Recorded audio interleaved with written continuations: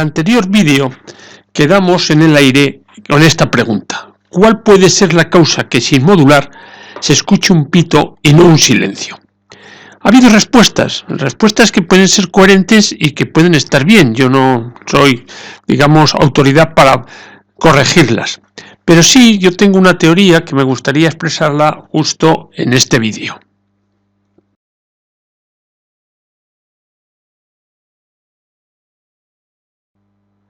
Sabemos que en FM hay una onda portadora, esa que está a la frecuencia dentro de la banda de 85 a 105 MHz, y una onda moduladora. Esa onda moduladora es la voz del locutor o la música que en este momento hay en la emisora.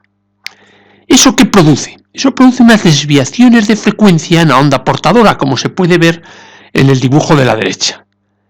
Esas variaciones de frecuencia de la onda portadora, cuando llegan al discriminador, al detector, bien sea uno de relación, bien sea un Foster-Seley, lo que hace es convertir esas desviaciones de frecuencia en variaciones de tensión, y esas variaciones de tensión son las que ya se llevan al amplificador de baja frecuencia, quedan amplificadas y se manifiestan en el altavoz. Es decir, vemos que hay una transformación de variación de frecuencia en variación de tensión.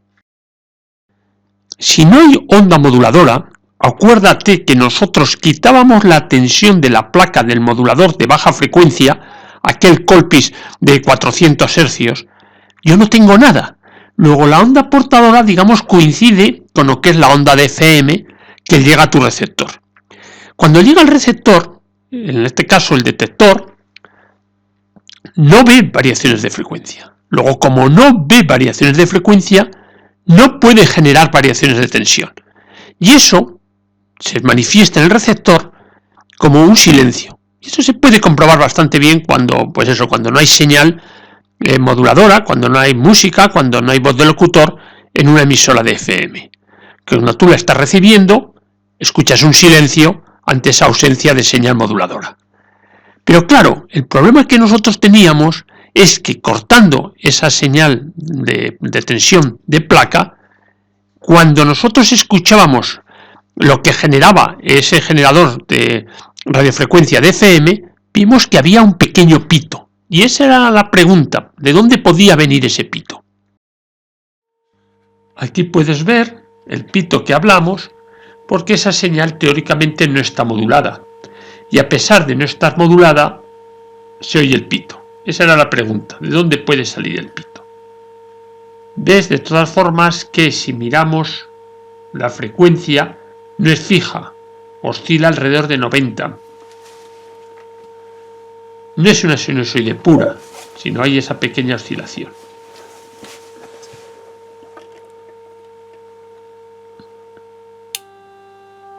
Ahora sí, ahora he metido pito. Ahora hay un pito ahí de 400, un poquito menos, 360, 380. Ya te acordarás que hicimos el oscilador Colpix de baja frecuencia precisamente para que modulase. Ahora no, ahora ya he quitado lo que era, ahora lo he puesto.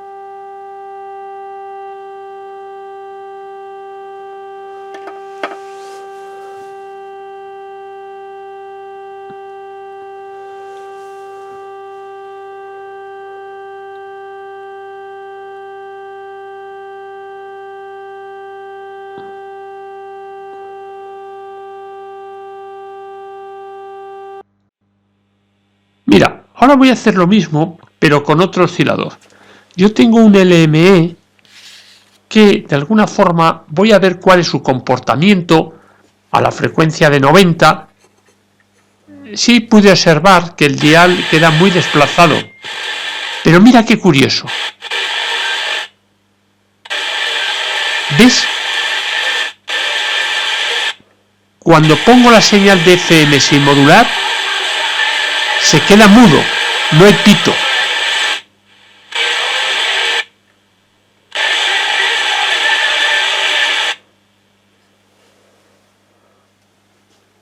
Ahora voy a modular.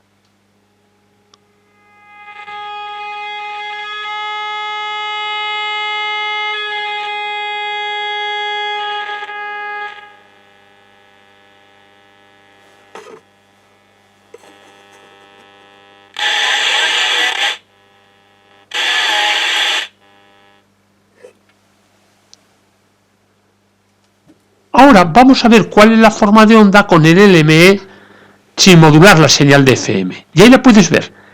Yo creía que iba a haber una sinusoide perfecta y dije, por eso no produce pito, porque es una FM sin modular y lo único que hace es un silencio. Pues no, es, digamos, tan imperfecta como la que podía ser el generador de FM que nosotros estamos construyendo. Esto rompe lo que era mi suposición, o sea, yo creí que en el que estamos nosotros construyendo, aún sin modular, había pito porque había variaciones de frecuencia. Pero en este, que es más perfecto, por lo menos su comportamiento es de acuerdo al teórico, es decir, que sin modular no hay pito, veo que la forma de onda es igual. ¿Cuál puede ser la diferencia? Pues ya casi ni lo sé, lo único que podría decir que el otro, el que estamos construyendo, da una señal más fuerte. El hecho de dar una señal más fuerte a lo mejor luego le produce un poco de pitido, pero la respuesta que yo estaba buscando era la que te digo, es decir, que al no ser una sinusoide perfecta, al haber variaciones de frecuencia sin modular, eso cuando llegaba al discriminador, al detector de FM, lógicamente lo daba como un pito. Mira, ese es el esquema del LME. Como puedes ver, las variaciones que se producen en el oscilador de 400 Hz, ahí lo tengo representado con la línea azul, no atacan de una forma directa a lo que puede ser, digamos, la placa de lo que está actuando de oscilador, sino que va a través de un triodo que está actuando como generador de intensidad, pero claro, una intensidad, digamos, variable. Bastante complicado el esquema que puedes ver ahí.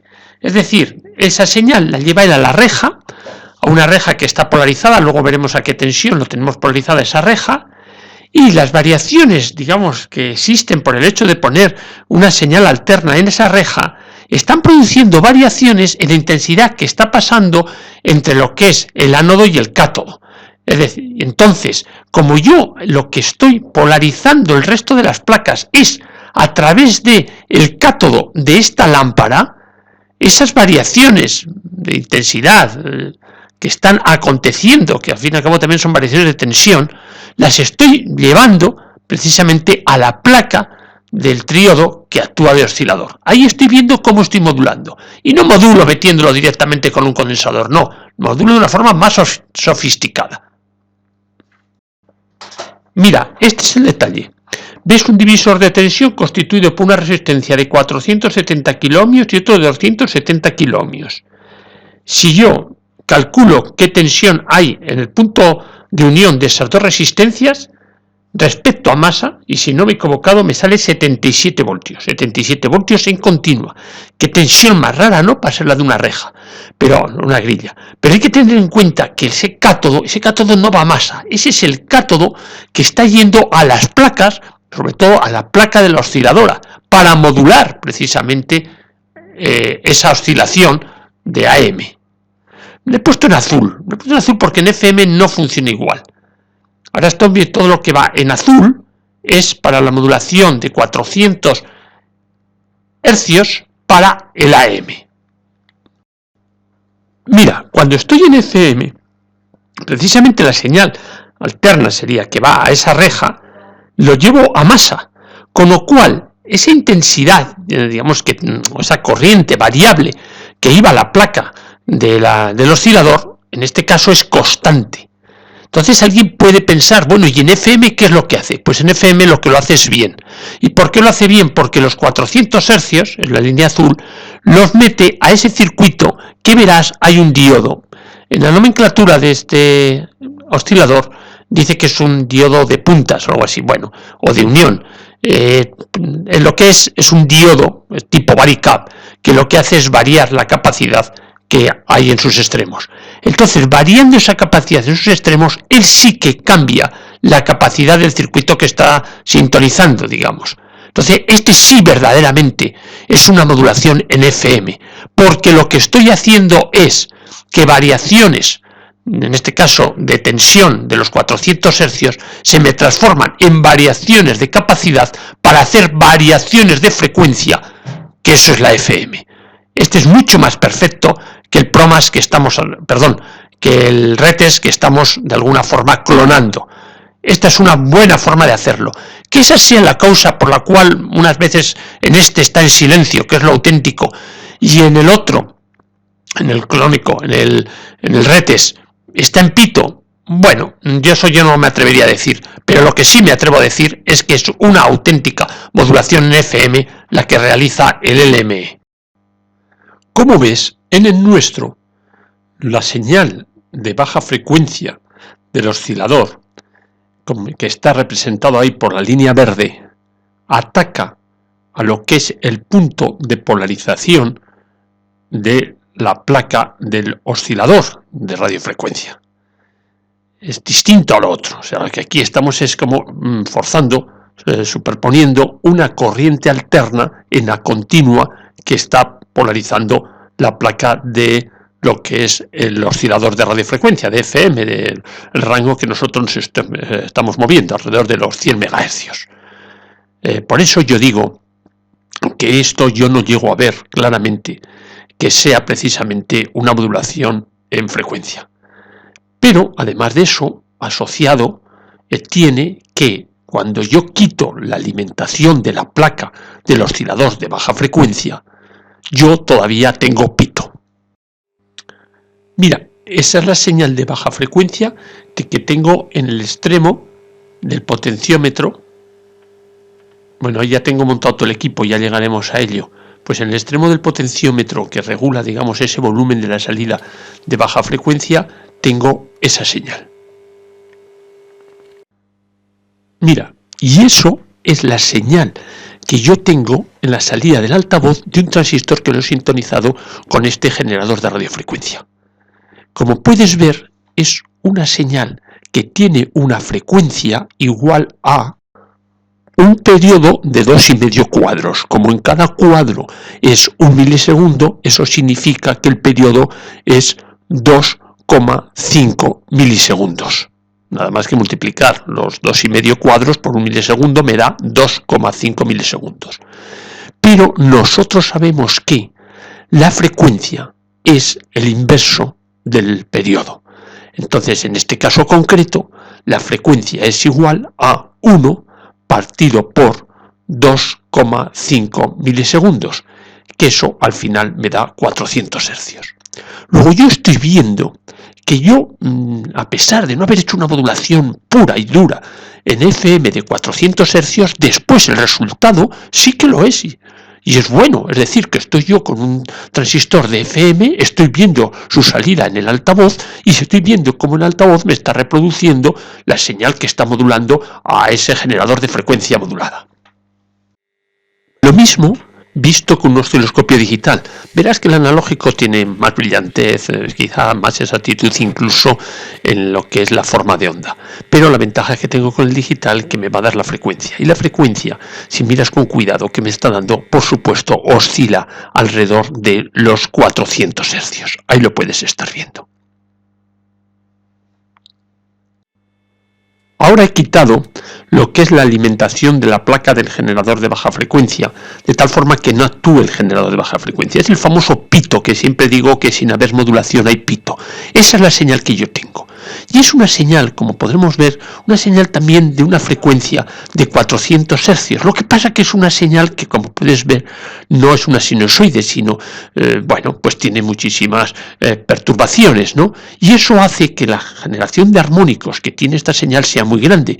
Y esos armónicos lo que hace es que la frecuencia sea más aguda. Por eso el pito suena mucho más a pito que cuando estamos metiendo una frecuencia auténticamente de 400 hercios. Por lo menos la explicación yo creo que lo tenemos lógico, pero lo que no está todavía muy claro de dónde puede salir esa generación de esa modulación de 400 hercios distorsionado, que es la señal que nosotros estamos viendo.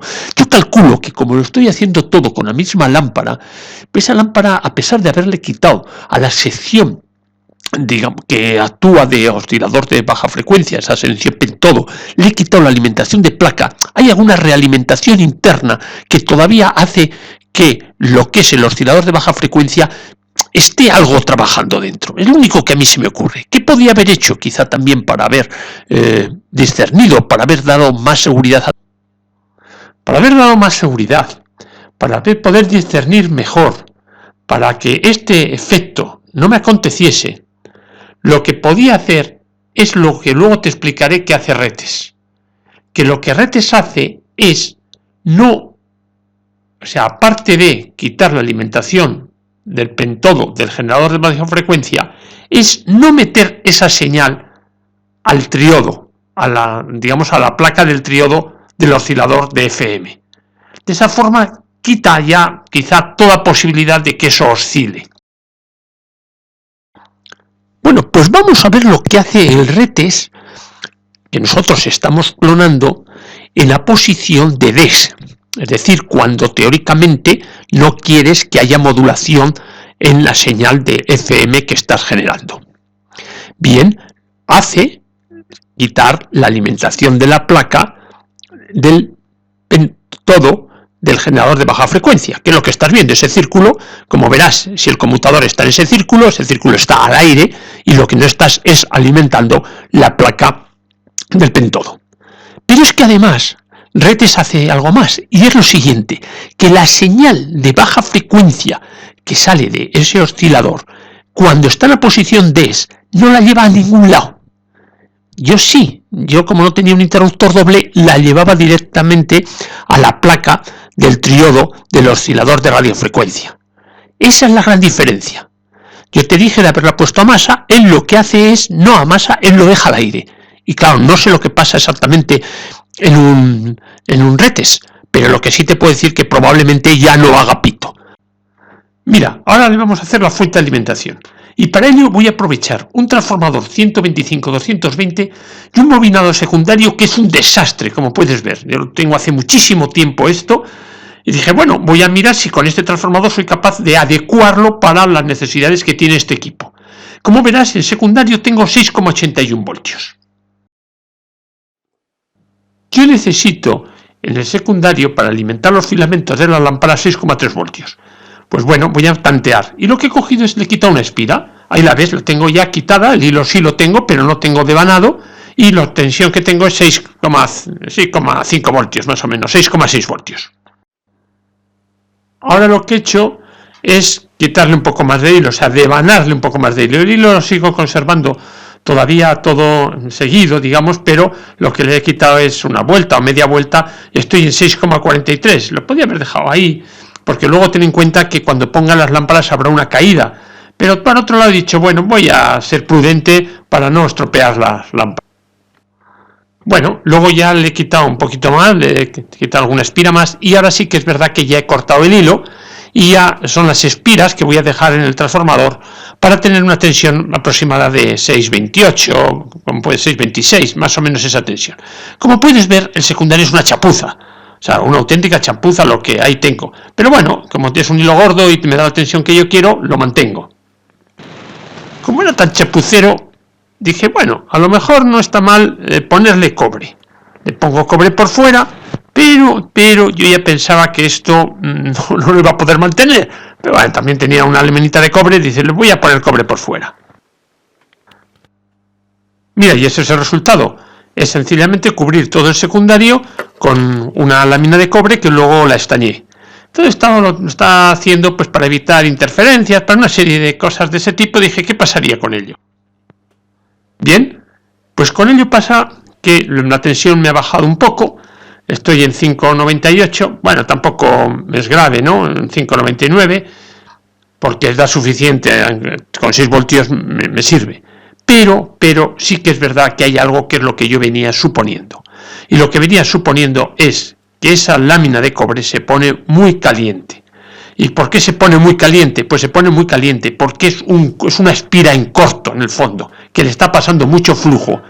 Y ese flujo lo que hace es producir una fuerza electromotriz, digamos, inducida. Y esa fuerza electromotriz inducida lo que hace es, como es un circuito cerrado la lámina, producir un corto y dar calor. Con lo cual opté por quitar la lámina de cobre, que es la que estás viendo tú ahí fuera, y ponerle sencillamente, me parece que le puse cinta de carpintero, de esta cinta que se usa para pintar, envolviendo lo que es el devanado secundario para que tuviese una presencia un poco más digna, por lo menos no se viese la chapuza que lleva detrás, que es aquel devanado que tú has visto. Y habrás visto que la tensión sube un poco. Estamos ahora en unos 6,15 voltios. Voy a recordar brevemente la teoría del transformador. Un transformador, lo hemos dicho muchas veces, solamente funciona con corrientes alternas. Es necesario que haya una variación de flujo. La corriente que atraviesa el primario, si es una corriente continua con una pila, genera un flujo que también no hay variación de flujo, es un flujo constante. En cambio, si la corriente es alterna, genera un flujo magnético variable. Y ese flujo magnético variable lo que hace en el secundario es generarme precisamente una fuerza electromotriz o una tensión. Y todo eso está regulado pues con el principio tan sencillo que voltaje del primario partido por voltaje del secundario es igual al número de espiras del primario partido por número de espiras del secundario. Como yo el voltaje del secundario inicialmente lo tenía en 6,6 voltios, 6,5 voltios y quería bajarlo a 6,3, lo que tenía que hacer es disminuir el número de espiras. Lógico, porque yo mantengo constante tanto la tensión del primario como el número de vueltas del primario. Con esas dos condiciones constantes, para poder hacer yo que funcione bien y obtener la tensión que yo deseo, que es de 6,3 voltios, pues lo que tengo que hacer, lógicamente, es disminuir el número de espiras del secundario. Recordarás que aun sabiendo que iba a tener problemas para dejar más bonito todo lo que es el transformador, e incluso para que el flujo magnético no afectase a otros componentes, que a veces se hace, pero no se hace como lo hago yo, como lo he hecho yo en este caso. Pues lo que hice y pensé, le pongo envuelto en una lámina de cobre. Y lógicamente la lámina de cobre se me puso muy caliente. Y se puso muy caliente, lo dije antes y lo vuelvo a repetir, porque esto actúa como si fuese una gran espira. Entonces, en esa espira acontece una fuerza electromotriz a causa de la variación de flujo magnético que la está atravesando. Como yo estoy poniendo un corto, pues lo único que pasa es que esa fuerza electromotriz me está produciendo un calor, sobre esa espira. O sea, esos 0 voltios que se están forzando ahí, de alguna forma tienen que, no desaparecer, pero físicamente, si yo lo hubiera dejado abierto, ese trozo de lámina de cobre, no hubiera pasado nada. Pero al cerrarlo, lo que estoy es haciendo una fuerza electromotriz y poniendo ahí un corto, de tal forma que hay 0 voltios por un lado, porque ya la espira está en corto, pero sigue habiendo una variación de flujo por dentro, luego algo tiene que acontecer. Lógicamente lo que acontece es que se calienta el cobre. Por eso al final lo quité y lo cambié por la cinta de carrocero. Bien, ¿por qué quería yo un transformador que tuviese 220 y 125? Muy sencillo. Como puedes ver, el secundario, ya lo he puesto, 6 voltios que alimenta filamentos. Pero es que voy a aprovechar esa entrada de 125 voltios precisamente para sacar la alta tensión, la que llamamos la tensión B, la que alimenta las placas de este generador de radiofrecuencia de FM clónico del RETES. ¿Y cómo lo hago? Muy sencillo. Entre los extremos verás que tengo 220 voltios. Es lo que está representado con las flechas rojas. Ahí yo pongo la tensión de red. Pero cuando yo miro la tensión que tenga entre 0 y 125, tengo 125. Y ahí lo que hago es ponerle un puente rectificador y un condensador electrolítico. De tal forma que esa corriente alterna, con lo que es el rectificador, la convierto en una corriente positiva pulsante. Y después con el filtro, con lo que es el condensador que actúa de filtro, lo que hace es achatarme, es decir, lo que hace es mantenerme el pico de esa tensión. Por lo tanto, la tensión de salida que yo obtendré son los 125 multiplicado por la raíz de 2, o sea, porque yo lo que tengo ya es el valor máximo de esa corriente positiva pulsante. Luego 125 por la raíz de 2 me da unos 176 voltios teóricos en continua. Prácticos es un poco menos, pero me es igual, me sobran voltios. Entonces he conseguido con un solo transformador poder hacer lo que es la tensión de filamentos, esos 6 voltios alternos, y poder sacar la tensión continua de alta 160, 170 voltios para alimentarme placas.